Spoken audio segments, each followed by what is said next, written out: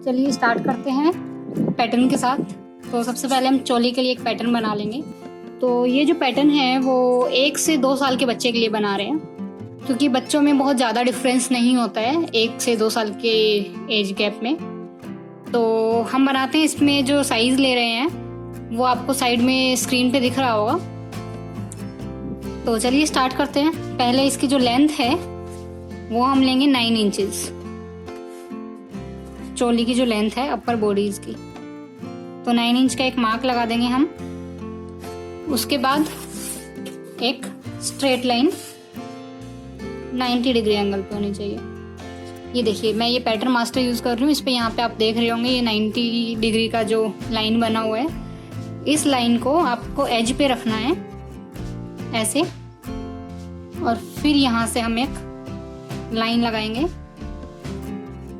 तो वो आपकी परफेक्ट सीधी लाइन आएगी। पहले हम फ्रंट पार्ट बनाते हैं। तो ये हो गया हमारा सेंटर फ्रंट पार्ट, ये हो गई लेंथ। इसके बाद जो सेकंड लाइन है हमारी चेस्ट लाइन, वो हम लेंगे 4.5 इंच पे। यहाँ से मार्क किया, सेम वैसे ही 90 डिग्री का लाइन लगाएंगे,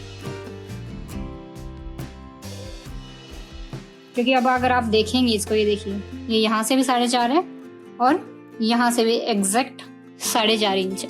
टोटल राउंड में जो है वो 24 है। तो 24 का हाफ, 12 फ्रंट के लिए और 12 बैक के लिए। तो 12 का आधा अगर करेंगे तो हो गया हमारा 6 इंच।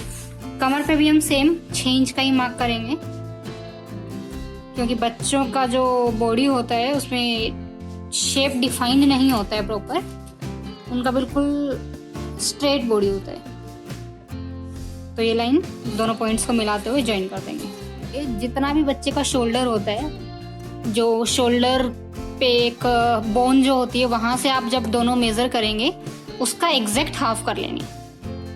तो इसमें जो है हमारा वो है शोल्डर, जो आपने मेजरमेंट्स में देखा वो है 9 इंचेस। तो 9 का एग्जैक्ट हाफ किया तो हमारा हो गया 4.5 इंच। ये बच्चों का शोल्डर जो है आपका अलग अलग बॉडी मेजरमेंट्स के हिसाब से अलग अलग हो सकता है, तो उसको मेज़र करके ही उसका आधा करें।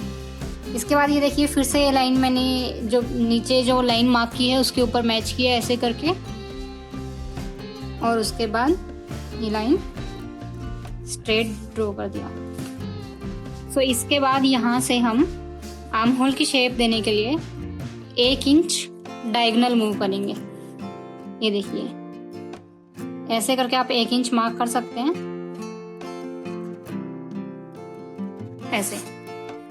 फिर इसकी हम ये शेप बनाएंगे। तो यहाँ से हम आर्म होल की शेप बनाएंगे, उससे पहले हम जो नेक लाइन है उसका भी नाप ले लेते हैं। तो बच्चों का नेक जैसे मैंने आपको लिखा था उसमें, तो वो है आपका 10 इंच राउंड जो है। गले से अगर आप नापेंगे तो वो 10 इंच है, थोड़ा सा लूज करके। तो 10 को हम 5 से डिवाइड कर देंगे तो कितना आएगा,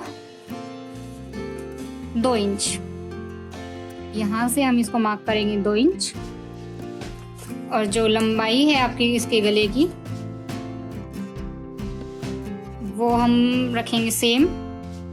2 से 2.25 इंच भी आप रख सकते हो लंबाई, क्योंकि बच्चे को थोड़ा सा खुला होता है तो उसको पहनने में आसानी होती है। ये जो लाइन है आपकी, थोड़ा दूर उसको सीधा जाएगा वो कम से कम, क्योंकि जितने भी कॉर्नर्स होते हैं वो आपको ऐसे एल स्केल से ही बनाने होते हैं। और फिर इसके बाद यहाँ पे कर्व कर देंगे और यहाँ पे कर्व। तो ये देखिए, इस कर्व, फ्रेंच कर्व की हेल्प से हम यहाँ पे एक कर्व बना देंगे। इसको ऐसे करके एडजस्ट करेंगे, और ये देखिए यहाँ पे ये सही शेप ले रहा है। तो ये बन गया नेक कर्व। इसमें हम थोड़ा सा शोल्डर ड्रॉप भी डाल देते हैं 1/2 इंच का। ये देखिए, यहाँ से 1/2 इंच नीचे आए और इसको नेक पॉइंट के साथ ज्वाइन कर देंगे। उसके बाद ये देखिए, इस पॉइंट को नीचे वाले पॉइंट को, बीच वाले जो आपकी डायगोनल लाइन है उसको इसके मिड में लाके, ये आपका मिड पॉइंट है, यहाँ पे लाके इसको मिला देंगे। जो बाहर वाला है ये आपका बैक का आर्म होल बनेगा और बैक का नेक लाइन भी मैं इसी में ही बना के बता देती हूँ आपको। विड्थ सेम रहेगा और जो लेंथ है नेक की वो हम रखेंगे सिर्फ 1 इंच। ये देखिए जो आपका ये वाला पॉइंट है वो एकदम पॉइंटेड नहीं होना चाहिए, तो उसको थोड़ा सा ऐसे रखेंगे। इसके बाद मैं आपको दूसरे कलर से हाईलाइट करके दिखाती हूँ बैक वाला पैटर्न। ये देखिए ये है बैक का नेक लाइन। अगर आप अलग से इसे बनाना चाहें तो पैटर्न अलग से भी बना सकते हैं। ये बैक का नेक है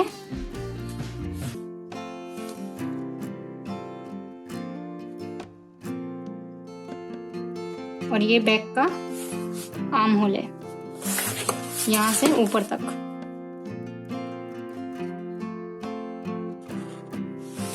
फ्रंट के आर्म होल के लिए क्या करेंगे, यहाँ से हम 1/4 इंच अंदर जाएंगे और फिर उसके साथ एक कर्व बनाएंगे, क्योंकि बॉडी का जो मूवमेंट है वो बैक में नहीं फ्रंट में ज्यादा होता है। तो फ्रंट का पार्ट थोड़ा सा हम कर्व अंदर की साइड रखेंगे, ये देखिए ऐसे, और फिर इन दोनों पॉइंट्स को मिला देंगे। तो ये जो ग्रीन वाली लाइन आप देख रहे हो ये आपकी है फ्रंट पार्ट की, और ये जो ब्लू वाली लाइन है ये है आपका बैक पार्ट का। अगर आप एक पे ही नहीं बनाना चाहते तो इसको इधर पहले फ्रंट बना के उसको कट करके ट्रेस भी कर सकते हो। तो चलिए ये पैटर्न तैयार हो गया है, इसको कट कर लेते हैं। देखिए अगर पैटर्न आपने एक ही पे बनाया है तो आपको इधर से ऑन फोल्ड रखना होता है, पैटर्न डबल रखना होता है। तो यहाँ पे मैं क्या कर रही हूँ, पहले बैक का पैटर्न काट रही हूँ ताकि मेरे को 2 अलग अलग पीसेस में मिल जाएगा। अभी बैक पार्ट को ट्रेस कर लेंगे। फिर देखिए बैक पार्ट हमने फिर से ट्रेस कर लिया है, यहाँ पे आप मार्क कर सकते हैं।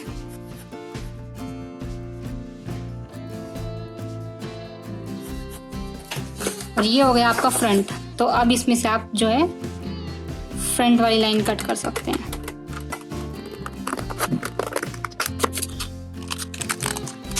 तो ये है चाइल्ड का बेसिक बॉडीज बनाने के लिए, जिसको हम चोली की तरह भी ले सकते हैं कि चोली जिससे बनाई जाती है। अब देखिए पैटर्न बनाने का सबसे ज़्यादा फायदा क्या है कि आपको बार बार कपड़े पे मार्किंग नहीं करनी पड़ेगी। आप एक ही इस ड्राफ्ट को रख के अपने अलग अलग कपड़ों में से बना सकते हैं। और बच्चों के कपड़े में जैसा कि आपको पता है कि बहुत कम कपड़ा यूज़ होता है, तो जो कपड़े घर पे बचे हुए हों सिलाई करने के बाद या फिर छोटा मोटा कोई कपड़ा हो, तो उससे भी अगर आपको पैटर्न निकालना है, आपको अपनी ड्रेस निकालनी है, तो आपको एक बहुत अच्छे से आइडिया मिल जाएगा कि आपको कैसे उसको प्लेस करना है। तो ये देखिए ये हमारा हो गया फ्रंट बॉडीज।